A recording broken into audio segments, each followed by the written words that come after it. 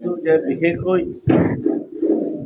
সাংসদ যিটো নিৰ্বাচন শেষ হোৱাৰ পিছত পোন প্ৰথমবাৰৰ বাবে আমাৰ মৰমৰ প্ৰাৰ্থী অমৰ সিং কিছু সাংবাদিকসকলৰ মত বিনিময় কৰিব। গতিকে আমাৰ মাজত উপস্থিত আছে আমাৰ প্ৰাৰ্থী অমৰ সিং কিছু, লগত আছে কাৰ্বি আংলং অট'নমাছ কাউন্সিলৰ অধ্যক্ষ ৰাজু টিছু, তাৰপিছত আমাৰ ডিষ্ট্ৰিক্ট কমিটিৰ প্ৰেচিডেণ্ট ৰোলেণ্ড কিলিং। গতিকে মই আজি পোনপটীয়াভাৱে প্ৰথমতে মই আমাৰ কেণ্ডিডেট অমৰ সিং টিছুক আজি এই প্ৰেছ মিটখন সম্বোধন কৰিবলৈ মই অনুৰোধ জনাইছোঁ। Namaskar to all of you, my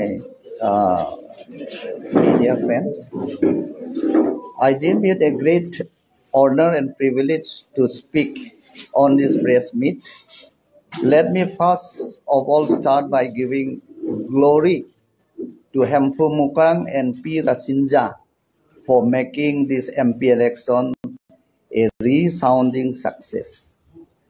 First and foremost, I thank our Prime Minister Narendra Modi for his vision and dedication.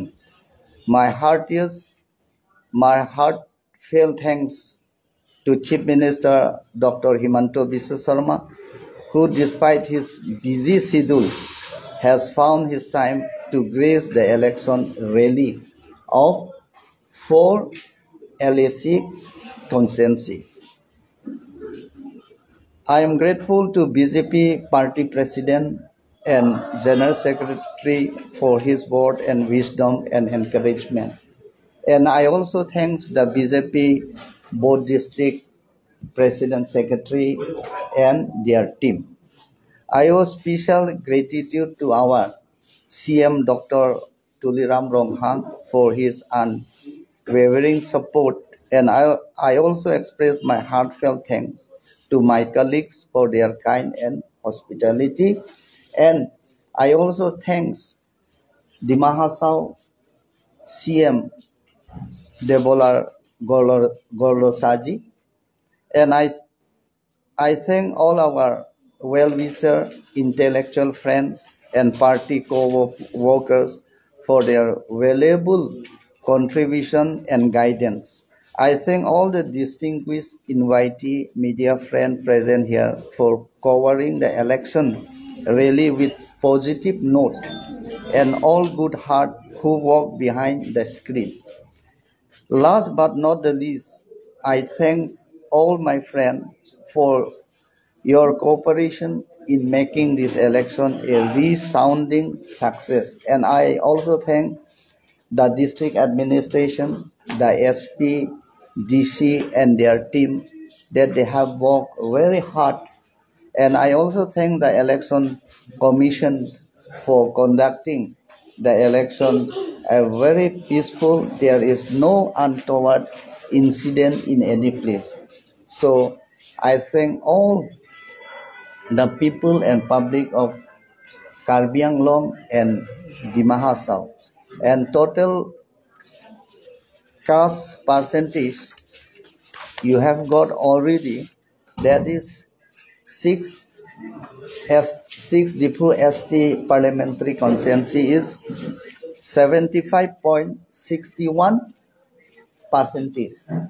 So our total voters is 8,90,000 plus. So they have casted their vote 6,73,000 vote cast kora hoise. Out of 6,73,000 BJP 4,60,000 ami assessment already loa hoise. Last night we have assessed, and 4,60,000 vote ami pam hoy barhibo pare totally 4,60,000. 4,60,000 and our margin 3 lakhs plus. 3 lakhs plus.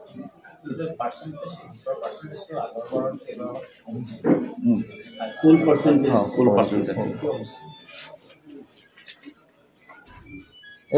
এইটো ৱেডাৰো ভালে আছে। এইটো নানা factor হ'ব পাৰে, কিবা factor কিন্তু এইটো মানে যথেষ্ট ভালেই হৈছে এইটো এফেক্ট নকৰে বিজেপি এফেক্ট নকৰে কাৰণ আমাৰ হৈছে যে 80% ভোট আমাৰ লগত আছে এইটো ইফেক্ট নকৰে that is not a factor কিছুমান এৰিয়াত কমা আছে ধৰক ডিফু বোকাজান এলে মূল হয় নিচিনা জেগাত 30.13%। তাৰপিছত আপোনাৰ বৰ্ডাৰিং এৰিয়া মেঘালয়ৰ পৰা আৰম্ভ কৰি সেইফালে বহুত কম নাগালেণ্ডৰ এটা হেৰি স্কাপ ইংলিছ স্কুল তাত এইটো মেঘালয় বৰ্ডাৰ হ'ল তাত 11.9%। তাত খাচী এইটো অভাৰঅল এইটো কমিছে। তাৰপিছত আমৰিও কিছুমান ঠাইত বৰ্ডাৰিং এৰিয়াবিলাকত 57 এনেটো জেনেৰেলটো 60% প্লাছ হয় কিন্তু সেইবিলাকত কমি গৈছে। তাৰপিছত ভেলাপাৰা হেৰিটো তাতো কমি গৈছে PS নম্বৰ 36। তাৰপিছত আৰু বিশেষকৈ আৰু ইয়াত আমাৰ ওচৰতে খাংগাৰ বস্তিত তাত ডুৱেল ভোটাৰ মেক্সিমাম তাত 37 কিমান %। এইবিলাক অভাৰঅল এইবিলাকৰ কাৰণে কমি গৈছে। মূল হয় নিচিনা জেগাত আমি ভাবিব পৰা নাই যে তাত 19.75%হে তাত পোল হৈছে বৰজান সমষ্টি। আৰু এটা আছে আপোনাৰ এই বৰ্ডাৰ নাগালেণ্ড বৰ্ডাৰ তাতেও বিল' 50% এটা তেনেকুৱা বৰ্ডাৰিং এৰিয়া মানে অলপ হেৰি কম হৈছে পাৰ্টিচিপেশ্যনটো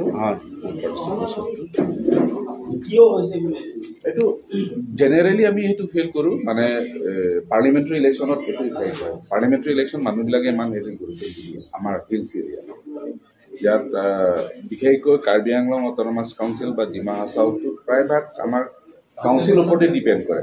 কাউন্সিলত আপোনাৰ 80% এবাভ হয় 80 to 85%লৈকে গুচি যায় কিন্তু পাৰ্লিমেণ্টাৰী ইলেকশ্যনৰ মানুহবিলাকে ইমান হেৰি এইটোৱে কাৰণ 98.68 আকিমি পুলিং এবাৰ আৰু এটা দেখা গৈছে যে এপিএসএলসি আগতকৈ কিন্তু যথেষ্ট তেওঁলোকে আগতে যোৱাবাৰ তেওঁলোকে 39 এবাৰ তেওঁলোকৰ বাঢ়িব ইনক্ৰিজ বুলি দেখা গৈছে। এনেই ক'বলৈ দেখা যায় যে কংগ্ৰেছ বিজেপি নেশ্যনেল পাৰ্টিৰ পৰা কি হয় আৰু ৰিজনেল পাৰ্টি এপিএসএলসি আগতে নাইকিয়া হৈ গ'ল নতুনকৈ ৰিজনেল পাৰ্টি এপিএসএলসি কিছু প্ৰগ্ৰেছ কৰা দেখা গৈছে। কিয় হৈছে এইটো মানে মেইন কথাটো মই সদায় কৈ থাকোঁ যে 20% ইহঁতৰ মাজত কম্পিটিশ্যন হৈ আছে তো কংগ্ৰেছ আৰু এইটো মাজত সেইটো হৈছে কম্পিটিশ্যন ছেকেণ্ড পজিশ্যনৰ বাবে বিশেষকৈ মানে কি হৈছে কাৰ্বি মানুহৰ কাৰ্বি বেল্টতহে বেছিকৈ নাপায় গাঁও এলেকাত কিন্তু বিজেপিটো যিটো অৰ্গেনাইজেশ্যন বিজেপিটো যথেষ্ট শক্তিশালী অৰ্গেনাইজেশ্যন চব পৰা আৰম্ভ কৰিছে তাৰপিছত সোমাইছে ইহঁতৰ মেইন একটা ইছ্যু লৈ আছে যে নন ট্ৰাইবেলত মানে কি কয় ভোটাৰ লিষ্ট পৰা কাটিব লাগে সেইটো চেণ্টিমেণ্ট লয় এইটোতো নহয় কনষ্টিটিউশ্যন এইটো নকয় আৰু আমাৰ বিশেষ আমাৰ কাৰ্বি এৰিয়া ইলিটাৰেচি আৰু বিল' পভাৰ্টি লাইন বেছি আছে আমি মানে তাত কষ্ট কৰিব লাগিব যে এইবিলাক চব উপপ্ৰচাৰ বুলি আমি কষ্ট কৰোঁ কাৰণ rural area maximum illiteracy percentage below poverty line থকা কাৰণে ইহঁতৰ মানে এটা কথাটো 10 বাৰকে বুজাব লাগিব। আমি ইয়াত মানে আৰবান এৰিয়াত থকা যিখিনি মানে পাব্লিক আছে একটা কথা ক'লে 10টা কথা বুজি পায় ইহঁতক মানে একটা কথাটোকে 10 বাৰকে বুজাব লাগে সেইটো আমি আৰু কষ্ট কৰি আমৰা সেইটো লোৱা হৈছে আমাৰ মানে ক'ত কেনেকা কি হৈছে এইটো আমাৰ পাৰ্টি মাজত এইটো আলোচনা কৰা